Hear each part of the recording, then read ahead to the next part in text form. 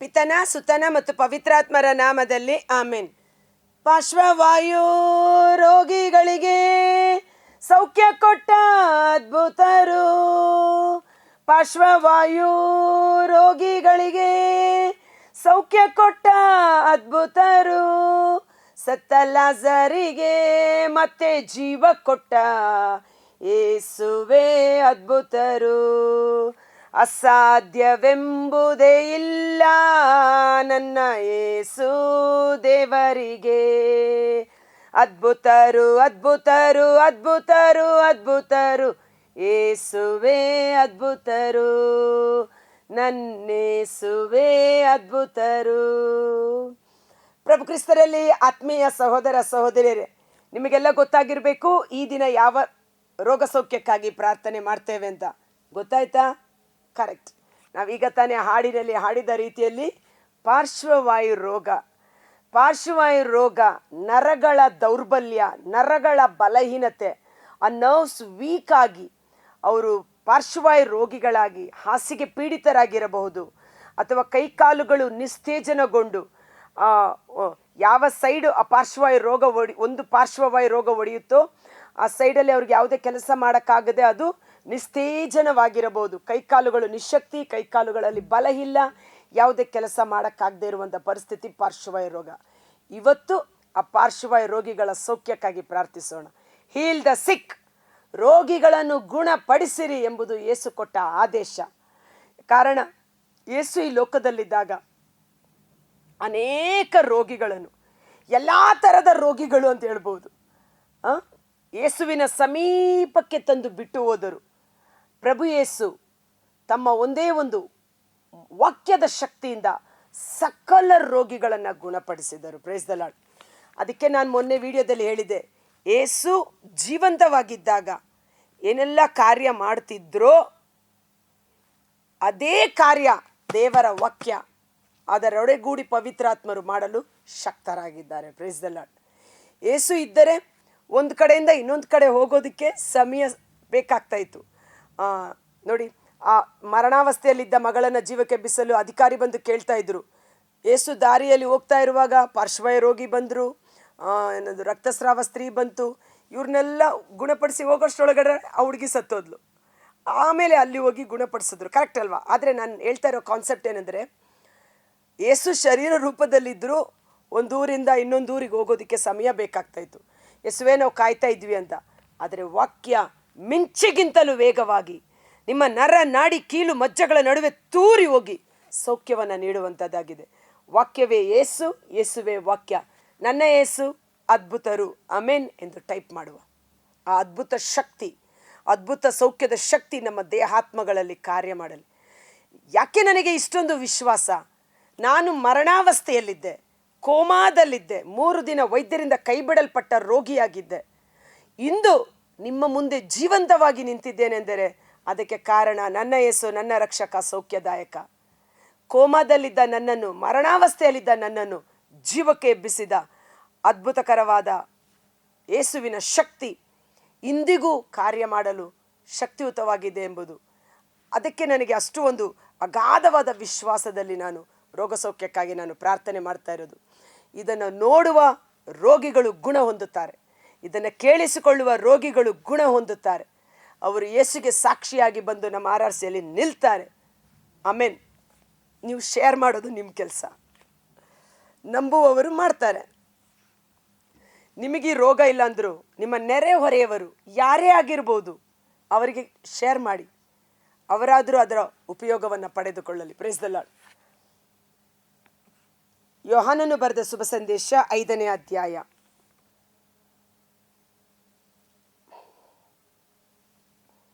Okay 2ನೇ ವಚನ. ಅಲ್ಲಿ ಕುರಿ ಬಾಗಿಲು. ಎಂಥ ಬಾಗಿಲು? ಕುರಿ ಬಾಗಿಲು. ಸೊ ಯಾರು ಆ ಕುರಿ? ಪ್ರಭು ಯೇಸುವೆ. ನನ್ನ ಮೂಲಕ, ನನ್ನ ಬಾಗಿಲಿನಲ್ಲಿ ಒಳಗೆ ಹೋಗುವವನು, ಹೊರಗೆ ಬರುವವನು ಸುರಕ್ಷಿತನಾಗಿರುತ್ತಾನೆ. ಸೊ ಯೇಸು ನಮ್ಮ ಯಜ್ಞದ ಕುರಿಮರಿಯಾಗಿದ್ದಾರೆ. ಯೇಸುವೆ ನಮಗೆ ಬಾಗಿಲು. ಇಂದು ಸ್ವರ್ಗದ ಬಾಗಿಲು ತೆರೆಯಲ್ಪಡಲಿ, ಸೌಖ್ಯದ ಶಕ್ತಿ ನಮ್ಮ ದೇಹಾತ್ಮಗಳಲ್ಲಿ ಕಾರ್ಯ ಮಾಡಲಿ. ಆಮೇನ್. ಕುರಿಬಾಗಿಲು ಎಂಬ ಸ್ಥಳದ ಬಳಿ 5 ಮಂಟಪಗಳಿಂದ, ಕರೆಕ್ಟಾಗಿ ನೋಡಿ, 5 ಮಂಟಪಗಳು.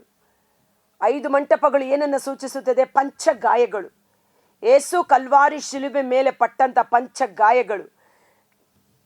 ಎಡಗೈ, ಬಲಗೈ, ಎಡಗಾಲು, ಬಲಗಾಲು, ಪಕ್ಕೆಯಿಂದ ತಿವಿದಿದ್ದು, ಮುಳ್ಳಿನ ಕಿರೀಟ, ಅದಕ್ಕಿಂತ ಮಿಗಿಲಾಗಿ ಪಂಚಗಾಯಗಳು ಅಂತೀವಿ, ಸ್ಟಿಗ್ಮೆಂಟ್ಸ್ ಅಂತ ಹೇಳ್ತಾರೆ.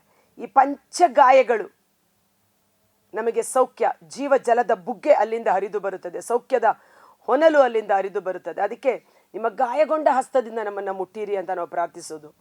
ಸೊ ಇಲ್ಲಿ 5 ಮಂಟಪಗಳು, ಕುರಿಬಾಗಿಲು, ಕುರಿ ನಮ್ಮ ಯಜ್ಞದ ಕುರಿಮರಿ ಯೇಸು, 5 ಮಂಟಪಗಳು, ಯೇಸುವಿನ ಪಂಚಗಾಯಗಳಿಂದ ಹರಿದು ಬಂದಂಥ ರಕ್ತ, ಸೌಖ್ಯದ ಶಕ್ತಿ. ಕೂಡಿದ ಒಂದು ಕೊಳವಿದೆ, ಕೊಳ, 5 ಮಂಟಪದ ಒಂದು ಕೊಳ, ಅದು ನೀರಿನ ಕೊಳ, ಆದರೆ ನಮಗಿರುವುದು ಯೇಸುವಿನ ರಕ್ತದ ಕೊಳ. ಅದನ್ನು ಇಬ್ರಿಯ ಭಾಷೆಯಲ್ಲಿ ಬೆತ್ಸತಾ ಎಂದು ಕರೆಯುತ್ತಾರೆ. ಕುರುಡರು, ಕುಂಟರು, ಪಾರ್ಶ್ವವಾಯು ಪೀಡಿತರು ಮೊದಲಾದ ಅನೇಕ ರೋಗಿಗಳು ಆ ಮಂಟಪಗಳಲ್ಲಿ ಬಿದ್ದುಕೊಳ್ಳುತ್ತಾ ಇದ್ದರು. 38 ವರ್ಷ ಕಾಯಿಲೆಯಿಂದ ನರಳುತ್ತಿದ್ದ ಒಬ್ಬ ರೋಗಿ ಅಲ್ಲಿ ಮಲಗಿದ್ದನು. ಯೇಸು ಅವನನ್ನು ನೋಡಿ ದೀರ್ಘ ಕಾಲದಿಂದ ಅವನು ಹಾಗೆ ಬಿದ್ದುಕೊಂಡಿರುವುದನ್ನು ತಿಳಿದು, ನಿನಗೆ ಗುಣ ಹೊಂದಲು ಮನಸ್ಸಿದೆಯೇ? ಇವತ್ತು ಈ ಪ್ರಶ್ನೆ ನಮ್ಮೊಬ್ಬೊಬ್ಬರಿಗೆ ಯೇಸು ಕೇಳ್ತಾ ಇದ್ದಾರೆ. ಅನೇಕರ ಬಾಯಲ್ಲಿ ಬರೋದು, ವಯಸ್ಸಾಯಿತು, ರೋಗಗಳು ಬಂತು, ಕಾಡು ಊರು ಹೋಗು ಅನ್ನುತ್ತೆ, ಕಾಡು ಬಾ ಅನ್ನುತ್ತೆ. ಈ ಥರ ಏನದು ನಿಸ್ತೇಜನವಾದ ನೆಗೆಟಿವ್ ಮಾತುಗಳನ್ನೇ ಮಾತಾಡ್ತಾ ಇರ್ತಾರೆ.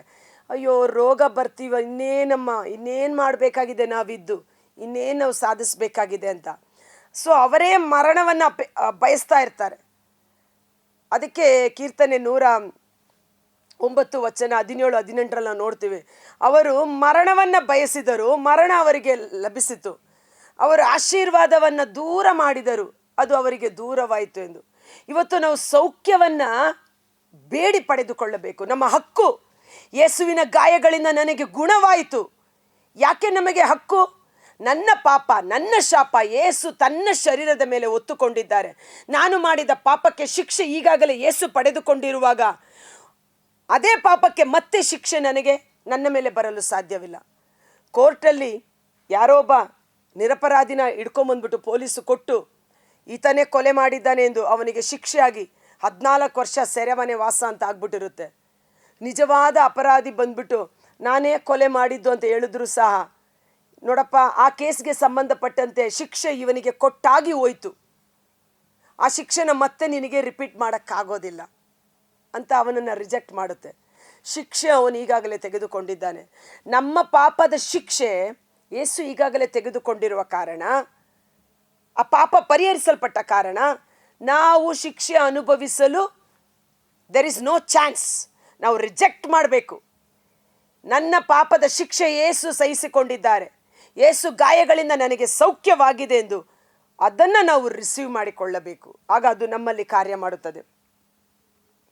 ನಿನಗೆ ಗುಣ ಹೊಂದಲು ಮನಸ್ಸಿದೆಯೇ?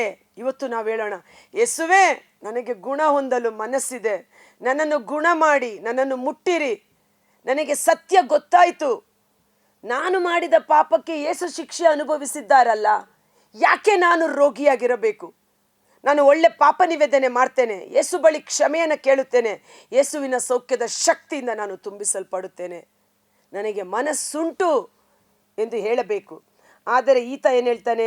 ಸ್ವಾಮಿ, ನೀರು ಉಕ್ಕಿದಾಗ ನನ್ನನ್ನು ಕೊಳಕ್ಕಿಳಿಸಲು ಸಹಾಯಕರು ಇರುವುದಿಲ್ಲ. ಯೇಸು ಕೇಳಿದ ಪ್ರಶ್ನೆ ಏನು? Are you willing? ನಿನಗೆ ಗುಣ ಹೊಂದಲು ಮನಸ್ಸಿದೆಯಾ? ಹೌದು, ನನಗೆ ಗುಣ ಆಗಬೇಕು ಅಂತ ಅವನು ಹೇಳಿದ್ರೆ ಸಾಕಾಗ್ತಾಯಿತ್ತು. ಅವನಿಗೆ ಮನಸ್ಸೇ ಇಲ್ಲ.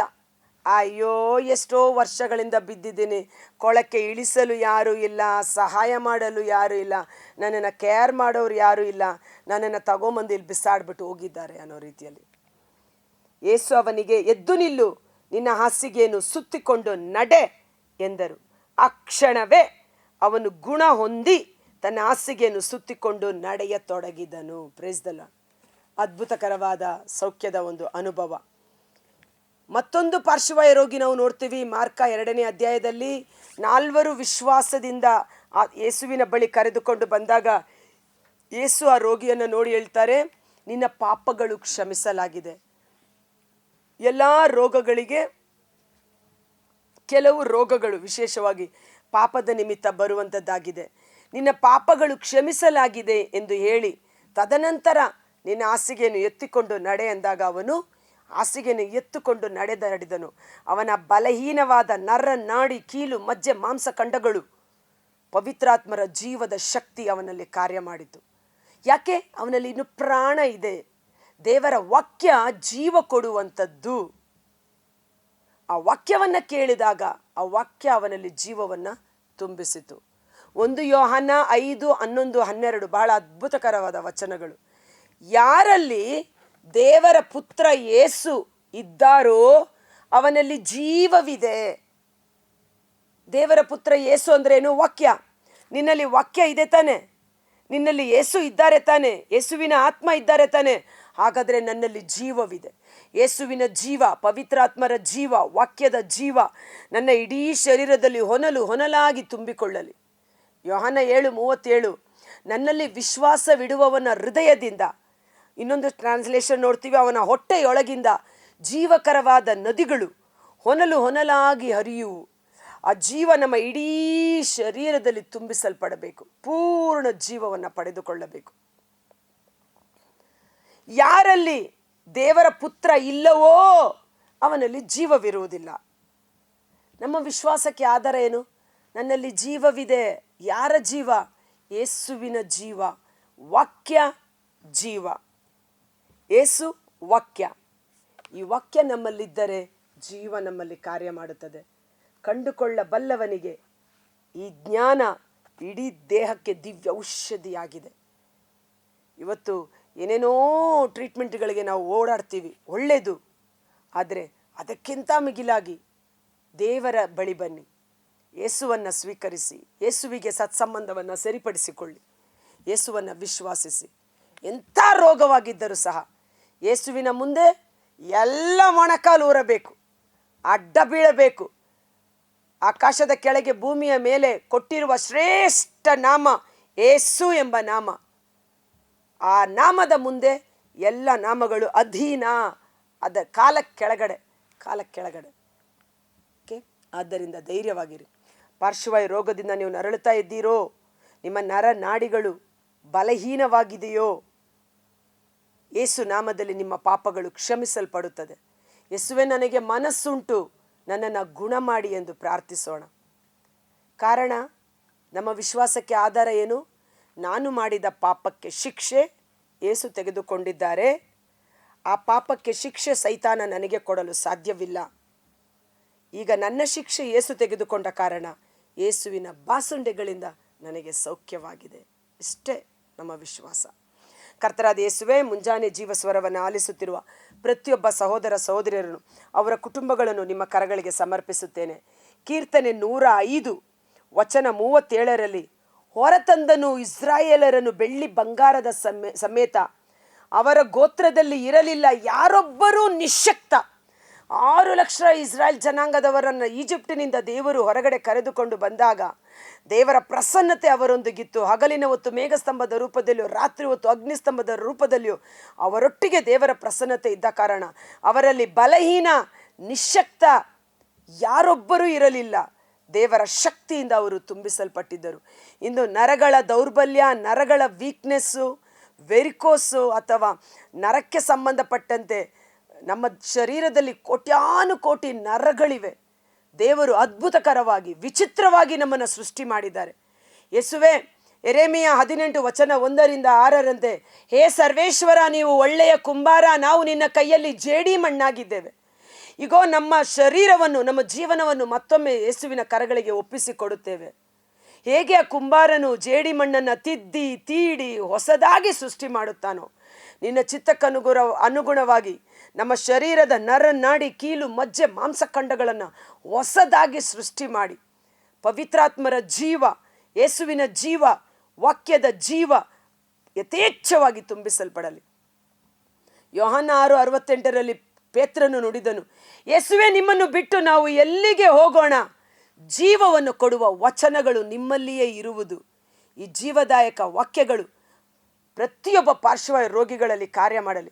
ಅವರ ಸತ್ತು ಹೋದ ಬಲಹೀನವಾದ ನರಗಳು ಹೊಸ ಚೈತನ್ಯವನ್ನು ಪಡೆದುಕೊಳ್ಳಲಿ.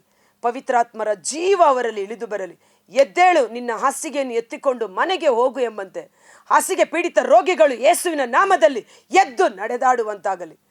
ಅವರು ಎದ್ದು ಯೇಸುವಿಗೆ ಸಾಕ್ಷೀಕರಿಸಿ ದೇವರ ಮಹಿಮೆಯನ್ನು ಪ್ರತಿಬಿಂಬಿಸುವ ಸಾಧನಗಳಾಗಿ ಮಾರ್ಪಡಿಸಲಿ. ಯೇಸುವಿನ ಸೌಖ್ಯದ ಶಕ್ತಿ ಒಬ್ಬೊಬ್ಬರ ದೇಹಾತ್ಮಗಳಲ್ಲಿ ತುಂಬಿಕೊಳ್ಳಲಿ. ಯೇಸುವಿನ ಗಾಯಗಳಿಂದ ನಮಗೆ ಗುಣವಾಯಿತು. ನಮ್ಮ ಸೌಖ್ಯದಾಯಕನು, ಪಾಪ ವಿಮೋಚಕನು, ನಮ್ಮ ರಕ್ಷಕನೂ ಆದ ಯೇಸು ಕ್ರಿಸ್ತರ ಅದ್ಭುತಕರವಾದ ನಾಮದಲ್ಲಿ ಎಲ್ಲ ಪಾರ್ಶ್ವವಾಯು ರೋಗಿಗಳು ಸಂಪೂರ್ಣ ಗುಣ ಹೊಂದಿ ನಿಮಗೆ ಸಾಕ್ಷಿಯಾಗಿ ಜೀವಿಸುವಂತೆ ಪ್ರಾರ್ಥಿಸಿ ಬೇಡಿ ಹೊಂದಿಕೊಳ್ಳುತ್ತೇವೆ. ಆಮೆನ್. God bless you. ಯೇಸುವೇ, ನನಗೆ ಮನಸ್ಸುಂಟು, ನನ್ನನ್ನು ಶುದ್ಧ ಮಾಡಿ ಎಂದು ದೇವರ ಸೌಖ್ಯ ನಿಮ್ಮ ಶರೀರದಲ್ಲಿ ಇಂದು ಕಾರ್ಯ ಮಾಡಿದೆ. ಅದನ್ನು ಸಾಕ್ಷೀಕರಿಸಿ ದೇವರ ನಾಮವನ್ನು ಮಹಿಮೆಪಡಿಸಿ. ದೇವರ ನಾಮವನ್ನು ಮಹಿಮೆಪಡಿಸುವಾಗ ದೇವರು ಇನ್ನೂ ಹೆಚ್ಚಾಗಿ ನಿಮ್ಮನ್ನು ಮಹಿಮೆಪಡಿಸುವವರಾಗಿದ್ದಾರೆ. God bless you. Thank you. Share ಮಾಡಿ.